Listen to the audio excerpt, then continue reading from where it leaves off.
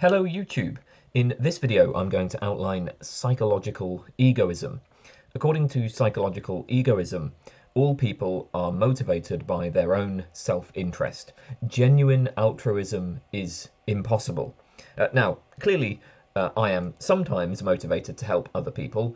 I will often act in ways that benefit others. Uploading these videos, for instance, is a pro-social act. I assume that other people benefit from it. Nevertheless, the psychological egoist will say that my ultimate aim, my ultimate goal is my own welfare. So it's important to distinguish between ultimate aims, those things that we desire for their own sake, and instrumental aims, those things that we desire only as a means to something else. Suppose, for instance, I desire to drive to the shop. Presumably I'm not doing this activity for its own sake. I desire to drive to the shop because visiting the shop is a means to acquire food, and that's ultimately what I want. My ultimate aims are those things I want for their own sake. With that in mind then, the psychological egoist claims that a person's ultimate aim is always self-interested. So I may well help others, but I will only do this insofar as I believe that helping others helps myself, right? That promoting the welfare of others promotes my own welfare. So, I am capable of desiring that other people be happy, but only as a means to my own happiness, right? I desire the happiness of others because I take it that the happiness of others will make me happy. This is the sense, according to the psychological egoist, in which genuine altruism is impossible. Like the ultimate goal is self-interest.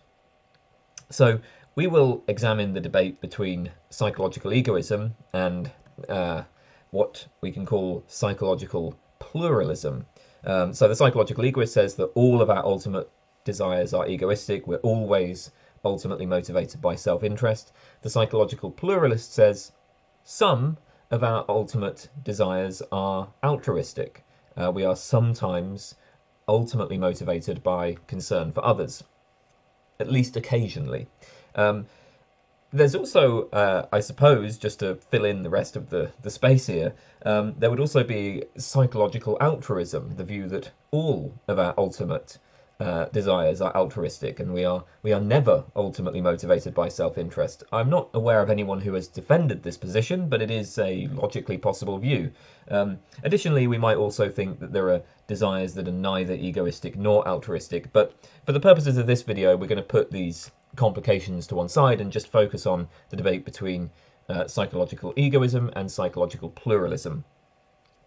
Okay, so an initial question here is, what exactly counts as self-interest?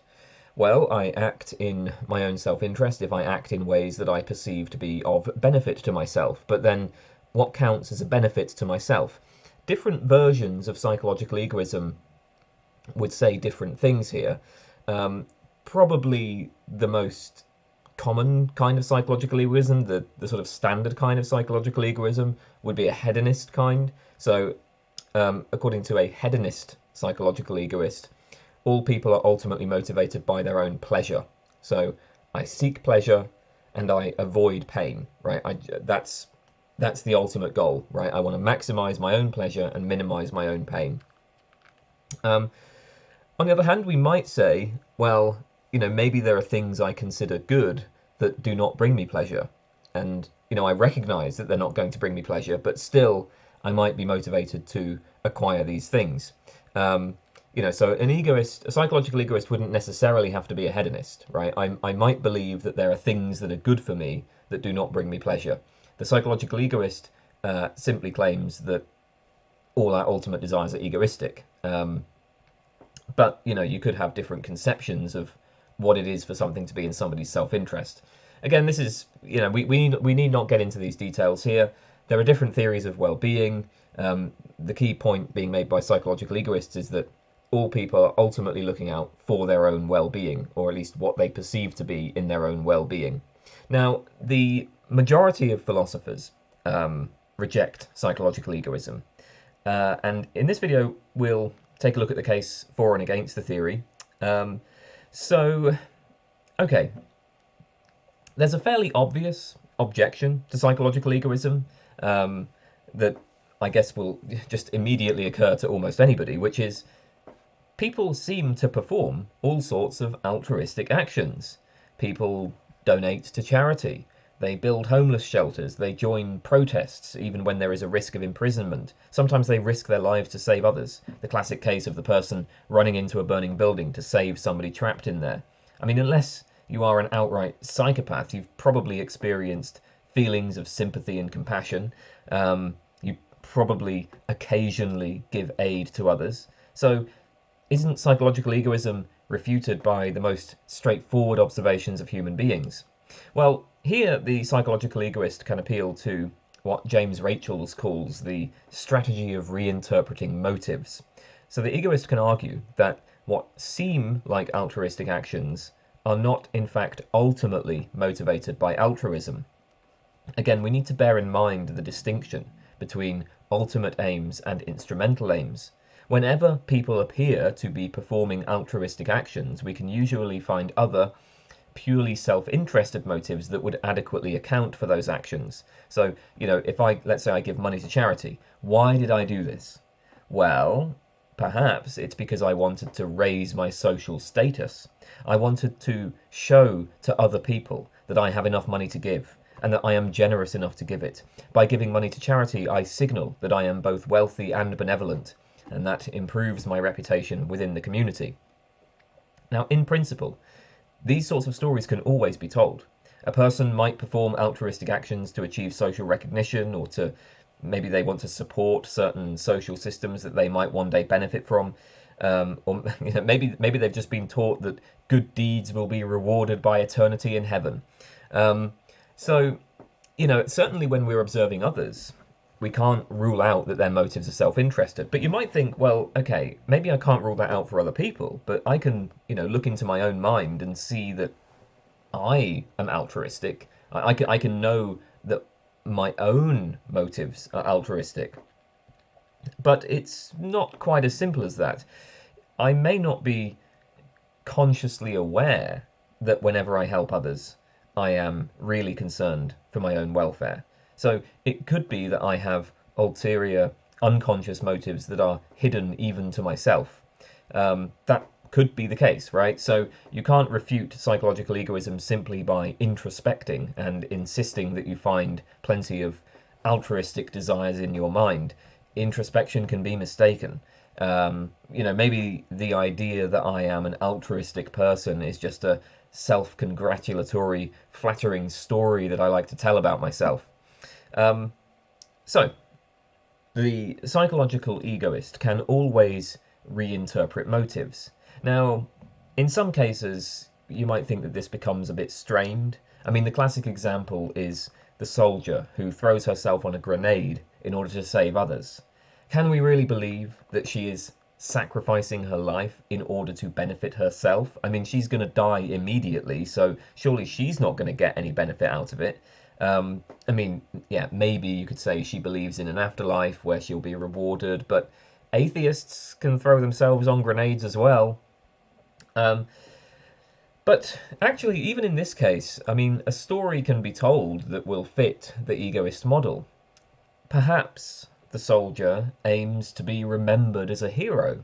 Maybe she's more concerned with her legacy than with her life. I mentioned earlier that there are different conceptions of what counts as self-interest, and that's relevant here.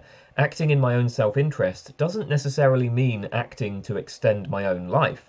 If I believe that people can benefit posthumously from their legacies, then, securing a good legacy might take precedence. That might be what I'm concerned with, and jumping onto a grenade might help do that, or maybe I think it will. And another point that's worth noting about these sorts of examples is that people can be self-interested without being rational. Psychological egoism claims that all people act in their own self-interest. It doesn't claim that they always act rationally. So maybe, in the moment when the grenade is thrown, this is a very extreme situation. In these extreme circumstances, the soldier sees the grenade, sees the opportunity to be a hero, and just acts on this immediate passion, this immediate impression. Even if on rational reflection, we think that this sort of action does not really promote her self-interest, it could well be true that her motive is still self-interested. She's not enacting this motive rationally, but people often have failures of rationality. And I mean, war is just the sort of situation where we would expect people not to be perfectly rational. So, reinterpreting motives saves egoism from potential refutation, but it is worth noting that this strategy is available to the psychological pluralist as well. For any action, you can tell a story where the motives for that action are self-interested. But similarly, for any action, you can tell a story where the motives are altruistic. In general, actions are underdetermined by motives, right? Very different motives can produce the same action if you have, if you sort of fix other desires and other beliefs in the right kind of way. So this is an option that is available to both parties of this debate. Okay then, a quick advert. If you like my channel and you want to support it, it may well be in your self-interest to send me some money. You can support me on Patreon or with a one-off donation on PayPal, and it does make a difference. It really, anything you can throw my way helps pay the bills and it helps keep this going. I also offer private tutoring in philosophy. I have a philosophy degree, MA and PhD. I am well qualified to offer tutoring, so if you're interested, send me an email. And also I have a Discord, which you can join. The link to all of this will be in the description. Okay then, let's get back to it. So reinterpreting motives raises a somewhat different concern about egoism, which is that the theory is just unfalsifiable. So initially we had this worry that egoism is refuted by obvious, common sense observations of behaviour. Like, it's just obvious. Of course people engage in altruistic behaviour. Isn't that blindingly obvious? But as we've seen, no, it's not blindingly obvious. Actually, there are many ways that egoists can reinterpret things. But now, this raises the opposite concern, which is, in principle, there is no observation we could make that would show egoism to be incorrect. And this is because, for any behaviour at all, it's always possible to postulate some set of beliefs and desires such that the ultimate motive for the behaviour is self-interested. And that means that egoism is unfalsifiable. There's no way to put it to the test. But egoism is supposed to be a substantial empirical claim about people's actual psychologies. I mean, it's a psychological claim, right? And many people would take it to be a basic criterion of adequacy of empirical theories that they are falsifiable, right? We must be able to specify some set of observations that would refute them, right? Falsifiability is a sort of basic criterion of acceptability for empirical claims, for claims about the world. So yes, the egoist can save her theory from refutation by this strategy of reinterpreting motives, but the cost to that is that it renders it unfalsifiable, which means it's just no longer a serious, whatever that means, serious empirical theory. Okay, so a couple of points about this. First of all, the first point to note here is that the problem of falsifiability cuts both ways. If egoism is unfalsifiable, then so is pluralism. Just as we can always postulate self-interested motives to accommodate any behaviour, so we can always postulate altruistic motives to accommodate any behaviour. Even the most seemingly vicious sadist could be interpreted as altruistic if we suppose that they have the right set of beliefs.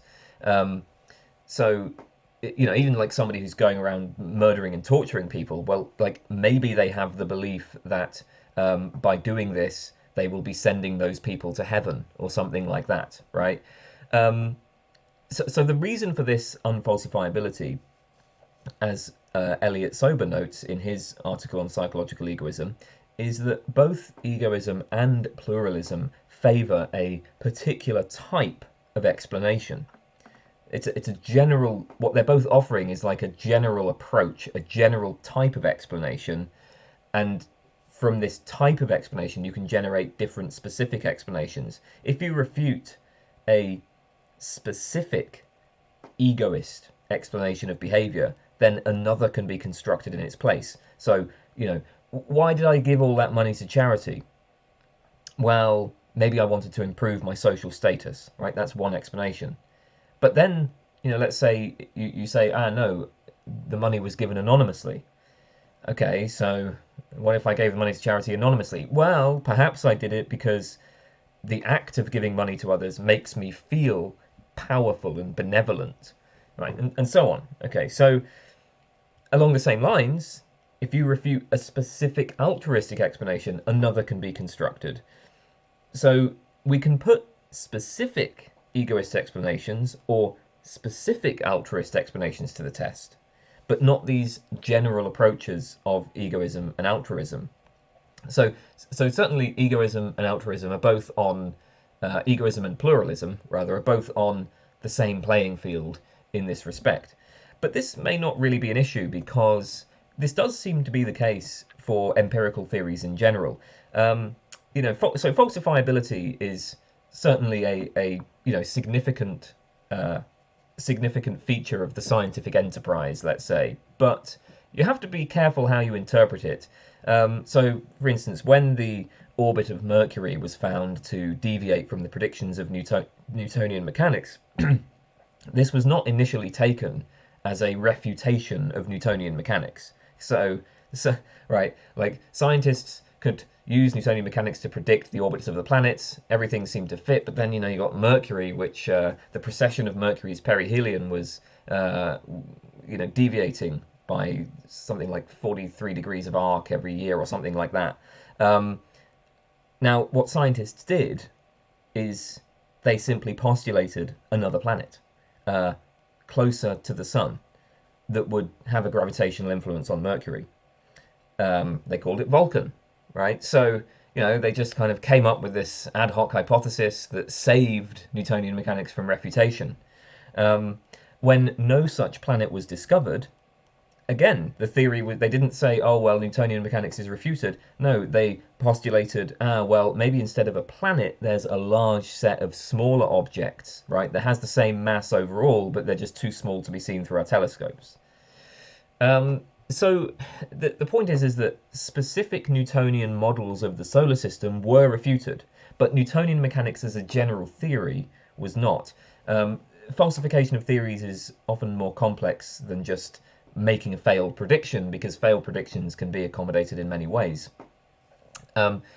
So the kind of pattern that we see with egoism and altruism is actually, arguably, just that's actually the norm for the sciences. Of course, it's not that Newtonian mechanics was completely unfalsifiable. We did eventually do away with it, but it's not that there is a single decisive experiment. There are a bunch of different considerations and different experiments and so on that kind of eventually stack the evidence against it and in favour of an alternative.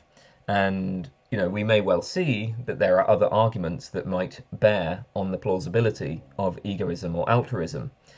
So all behaviour can, in principle, be reinterpreted to fit egoism or reinterpreted to fit pluralism.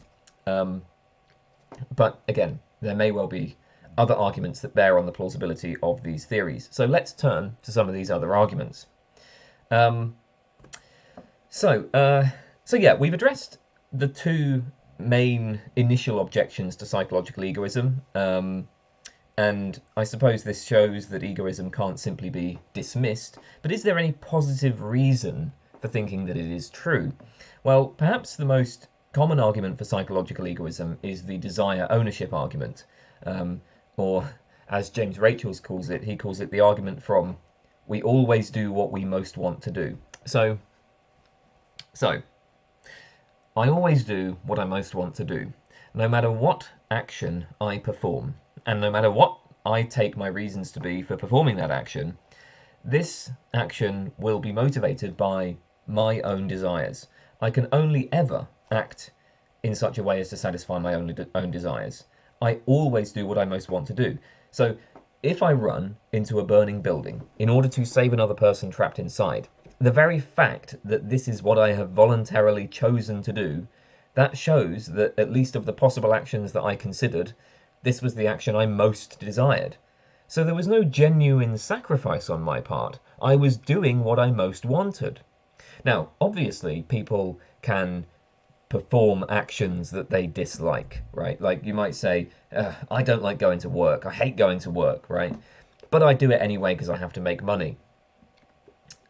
However, in cases like this, where we make compromises, we're still doing what we most want to do, all things considered. So I might say, going to work frustrates some of my desires, but I know that I need to make money in order to pay the bills. I know that I'm better off in the long run if I do go to work.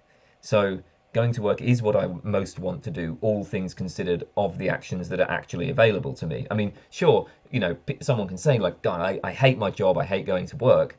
But, if you said to them, well, okay, well, if you hate it, why not just stay home? You can do that. You can do that. You can just stay home. Well, the answer would be, well, no, because that's going to frustrate my other desires. Like I have to make money. I have to pay the bills.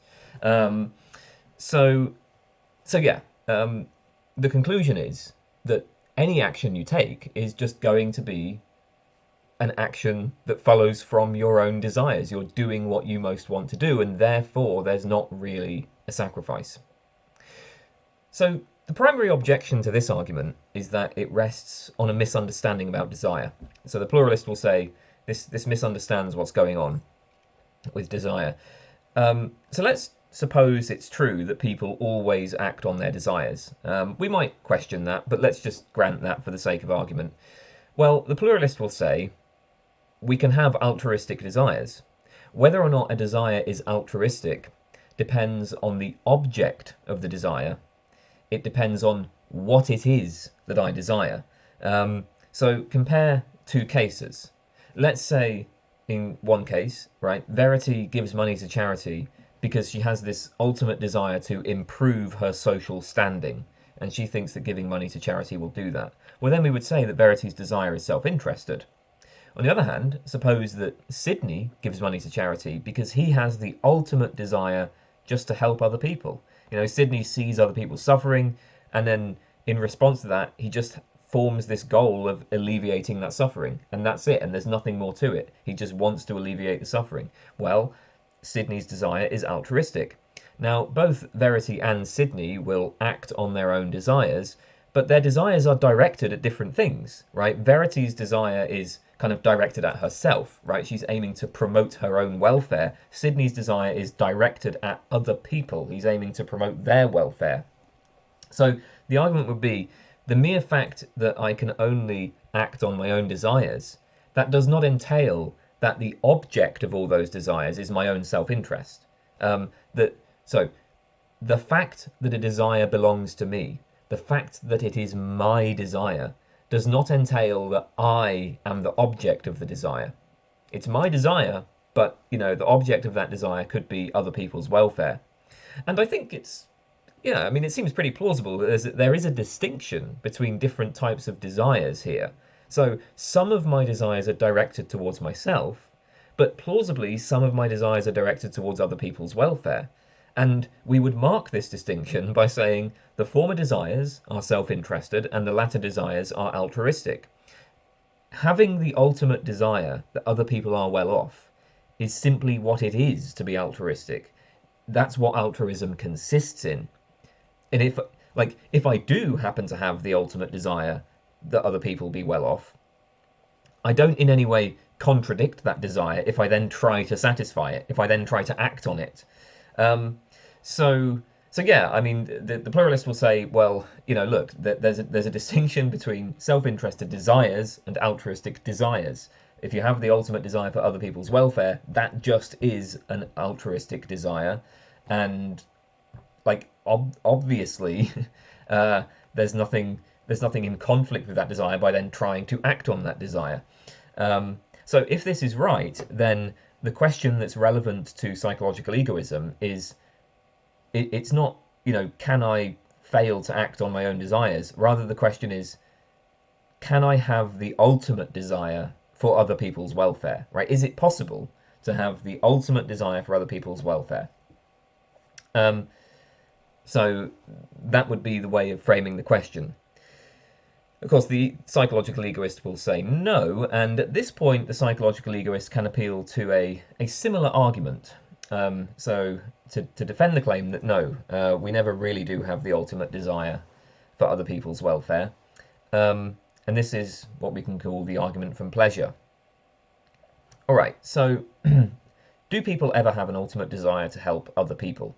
Well, notice that satisfying desires generally makes us feel good. And this appears to be the case for seemingly altruistic desires as well.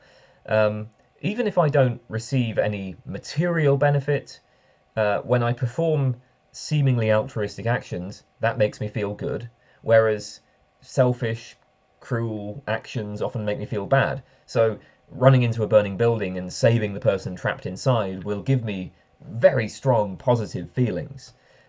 Whereas if I was to just walk away and let them burn, I might feel really bad about that. Maybe I would even say I couldn't live with myself if I let them die. But in that case, the egoist will argue that my altruistic action is really motivated by my own pleasure. My ultimate desire, the ultimate motive, is to promote my own pleasure or to avoid pain, right? Like the reason, if I'm running into that building, the reason is because I want to get the pleasure or I want to avoid the pain. There's a famous story that attributes this argument to Abraham Lincoln. The story goes that Lincoln was in a coach with some other passengers. He was arguing for the view that nobody is genuinely altruistic. Later in the journey, the coach passed a family of pigs that were trapped in some muddy water in danger of drowning. The mother was, crying out and couldn't get the baby piglets out. Lincoln insisted that the coach stopped. He runs out to help the pigs. And on returning, one of the passengers suggested that this is a clear example of altruism. But Lincoln responded, however, that it was, and I quote, "It was the very essence of selfishness. I should have had no peace of mind all day had I gone on and left that suffering old sow worrying over those pigs. I did it to get peace of mind, don't you see?" The story here is, well, look, if I treat others well, I will feel good. If I treat them badly, I will experience negative emotions like guilt. The ultimate motive for my pro-social behaviour is just that it makes me feel good. And that means that the ultimate motive is egoistic. So this argument runs into pretty much the same objection that we saw to the previous argument. So a pluralist will say, well, surely, deriving pleasure from helping other people or feeling pain when you hurt them, that's just what it is to have an altruistic sentiment. I mean, what more could you want? What more could you ask for out of altruism? Perhaps the idea is that a genuinely altruistic person would be one who goes out of their way to help others, but who gains no pleasure from this, right? Like this person is making a genuine sacrifice. But surely you could just as easily look at that as demonstrating that the person is less altruistic. If I'm just as concerned for other people's welfare as I am for my own, you would expect that I would feel pleasure when helping them, right? Like if somebody's going out there performing altruistic actions, but they just kind of dislike it or they're just not interested in it, you almost want to say, well, it doesn't seem like they really have an altruistic sentiment. It's not entirely clear what is going on with them, but their actual emotions, their feelings don't seem to be particularly altruistic. Another way to look at this is to ask, if a person had no altruistic sentiments, if a person did not have any genuine concern for others, then why would they feel pleasure when helping others? So what is the psychological mechanism by which I derive pleasure from helping other people? The obvious answer is, well, it's because I care about those other people. I have an ultimate desire for other people's welfare. And of course, that's just what it is to be altruistic. In general, people don't tend to derive pleasure from things they don't care about, nor do they feel guilt when failing to do things they don't care about. So if Lincoln hadn't cared about the pigs, his peace of mind wouldn't have been disturbed by the thought of leaving them to drown. At least that's what a pluralist will say. The pluralist will say, well, look, the very fact that your peace of mind would have been disturbed by leaving these pigs to drown shows that you actually had the ultimate desire to help those pigs. Okay, so in general, the thought is that when I experience pleasure on achieving some end, this indicates a desire for the thing that has been achieved, not simply a desire for the pleasure itself. Joseph Butler famously put the point this way. He says, "There could be no enjoyment or delight from one thing more than another, from eating food more than from swallowing a stone, if there were not an affection or appetite to one thing more than another, If I'm hungry, I desire food, and I will derive much more pleasure from swallowing food than from swallowing a stone. But why did I experience that pleasure? Well, it's because of my desire for the food. It's because there was this state that I wanted to achieve, namely stuffing food in my mouth, right? And then I achieve that state, and then that gives me the pleasure. Experiencing pleasure often presupposes a desire for something other than merely the pleasure itself. Now, I should say this point is sometimes presented as a refutation of psychological egoism. That was how Butler took the argument, at any rate. The idea is that when I derive pleasure from my actions, I must be motivated by something other than merely my own pleasure. I must be motivated by the states of affairs, that leads to the pleasure. But the egoist does have a fairly straightforward response to this. I mean, recall the distinction between ultimate and instrumental desires. Presumably, we can derive pleasure from satisfying instrumental desires. So it may be that I have an ultimate desire to promote my own self-interest, and then sometimes I form the instrumental desire to help others simply as a means to that end. Well, then satisfying that instrumental desire will bring me pleasure. So maybe this isn't quite a refutation of psychological egoism, but the important point is that the pluralist will argue there's no case for psychological egoism merely in the fact that people derive pleasure from altruistic actions. The pleasure is derived from the fact that they had a desire to help others. I mean, maybe that desire is merely instrumental, but maybe not. But the fact that satisfying the desire brings you pleasure doesn't tell you anything one way or the other there. Okay then, so another argument for psychological egoism appeals to parsimony, Occam's razor. In theorizing about the world, entities and causes should not be multiplied beyond necessity. As Newton once said, no more causes of natural things should be admitted than are both true and sufficient to explain their phenomena. Okay, so in this context, we're trying to explain human behavior. Egoism and pluralism are explanatory models of human behavior. And egoism does offer a pretty simple explanation. All actions have just one ultimate motive. So psychological egoism postulates just one type of cause. Moreover, this is a type of cause that basically everybody already accepts. There are very few people who will deny that many of our actions, perhaps even the vast majority of our actions, are driven by self-interest. So yeah, I mean, probably the vast majority of things that I do every day are motivated by self-interest. I'm thinking of myself. I'm aiming to benefit myself most of the time. So we already explain a great deal of behaviour by appealing to self-interest. The proponent of psychological egoism then simply notices that nothing more than this motive is required for a complete explanation of all human actions. We never need to introduce any additional ultimate motive beyond self-interest. So parsimony favours psychological egoism, right? Don't introduce causes beyond what is both true and sufficient to explain their phenomena. Well, we know that they do sometimes have the ultimate motive of self-interest, and that is sufficient to explain everything, so just go with that. Okay, so what could the pluralist say to this? Well, it's true that psychological egoism postulates only one type of ultimate aim, namely, promote self-interest, right? That's it. That's the ultimate aim. It's a bit unclear whether this means that egoism is the simplest theory, though. The problem is that in order for the egoist to make sense of people's behaviour, it requires, as we've seen, sometimes quite complex sets of beliefs. This is the reinterpreting motives, right? The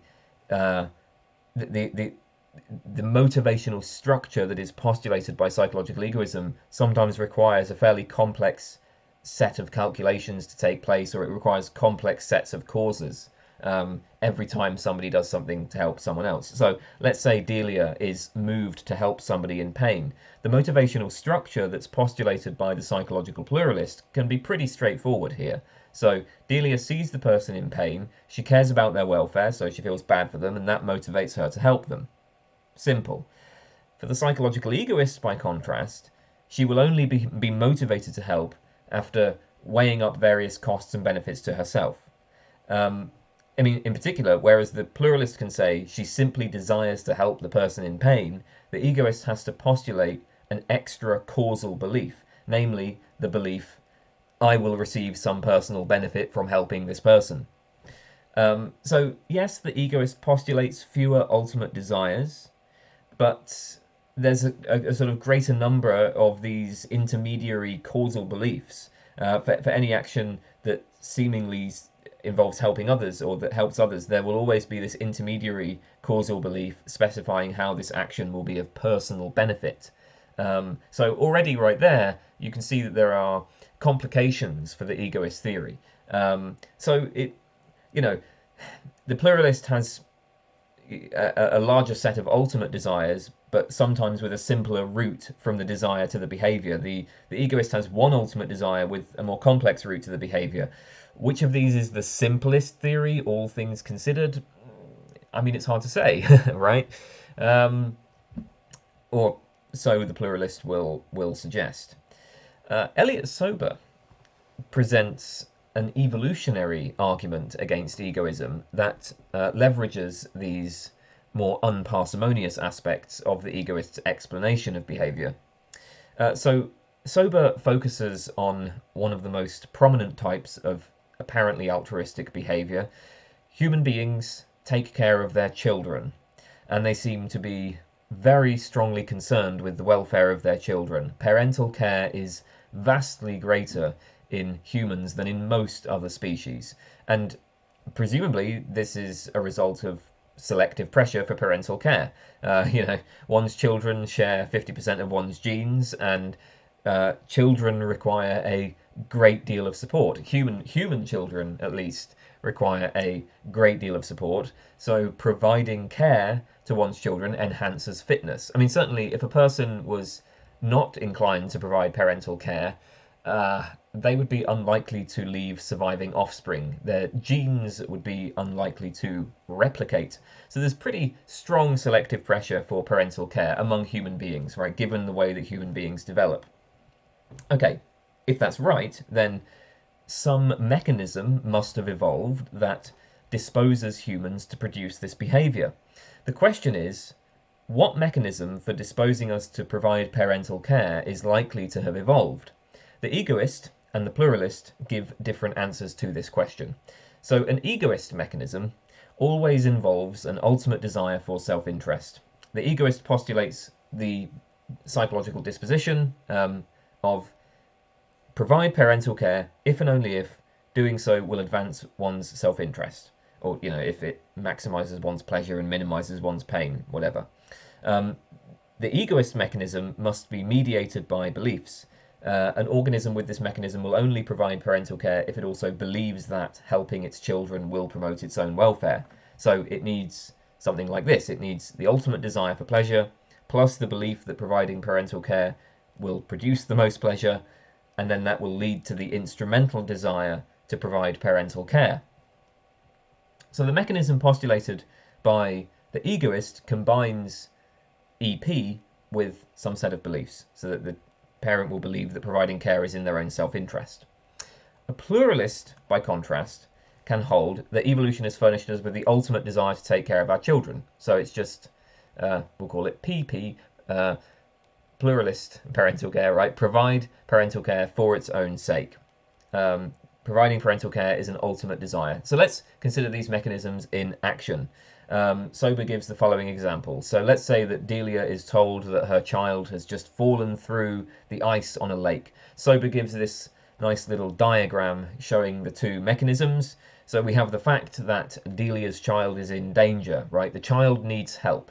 And that causes Delia to believe that her child needs help. Delia forms a belief about the situation. Okay, at that point, the altruistic mechanism kicks in.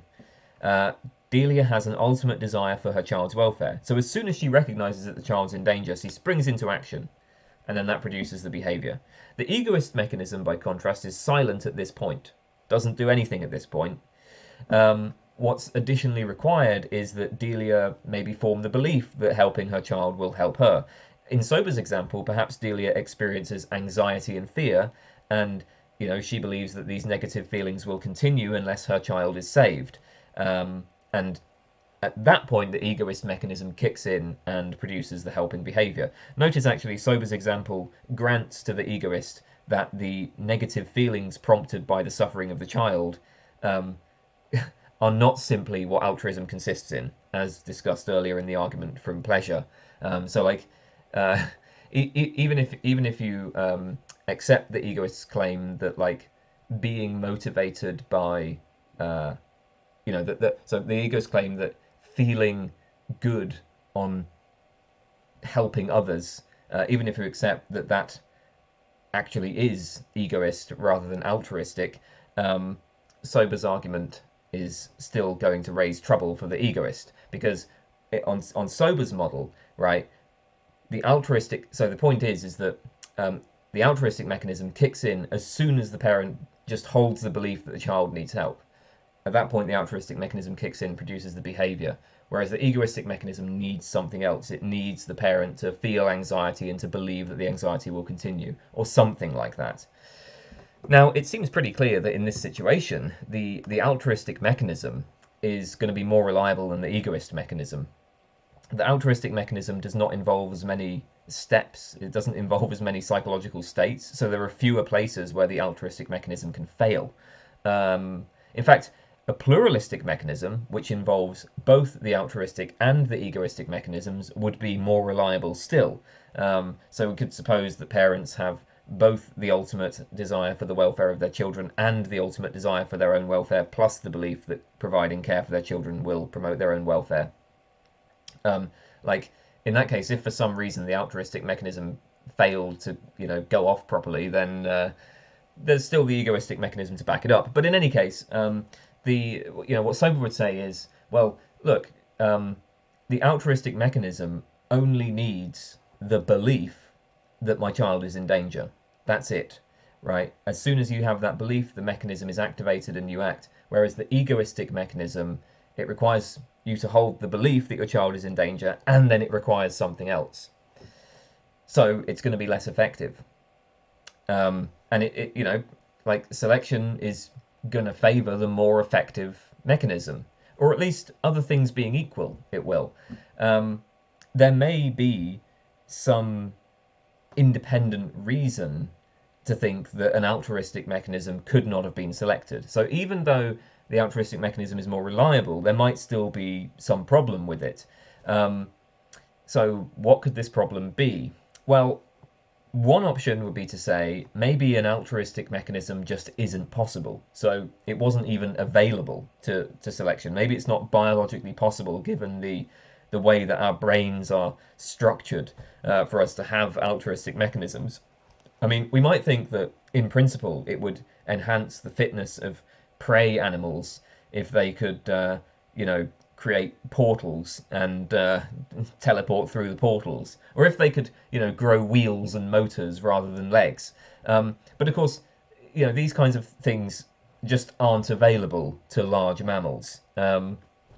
So in the same way, maybe there's some biological obstacle to realizing an altruistic mechanism in human minds. That's one possibility. Another potential obstacle here could be maybe an altruistic mechanism would be much less efficient, much less energy efficient. It might cost much more calories to maintain the altruistic mechanism than to maintain the egoist one. The problem is it's hard to see why either of these would be true. Because the differences between the altruist mechanism and the egoist mechanism are so minor. I mean, both mechanisms involve using sets of beliefs and desires to motivate the organism. In both cases, the organism is motivated to perform the same behaviour, namely taking care of its offspring. The only difference between the mechanisms is that in the altruistic mechanism, taking care of one's offspring is an ultimate desire, whereas in the egoist mechanism, it's merely an instrumental desire. Provided that an organism has the right kind of hardware to implement a belief-desire psychology, it's not clear, why the ultimate altruistic desire would be impossible or would require significantly more energy to run.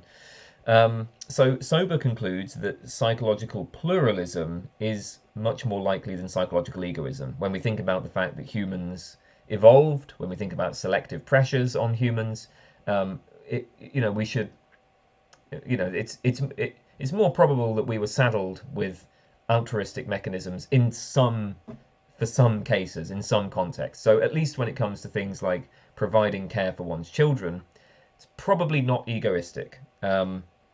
Of course, this evolutionary argument doesn't outright refute egoism, but it does nudge the evidence against it, or so that's what Sober says anyway.